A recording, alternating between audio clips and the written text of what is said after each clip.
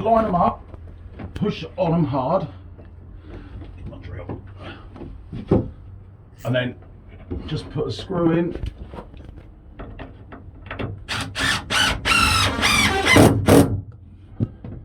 Making sure they look level and straight.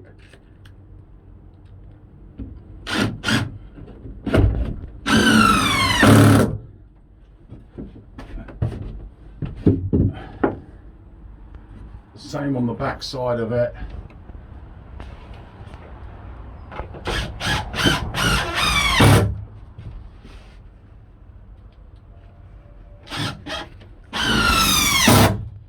And then put some more screws in just to give it a bit more support.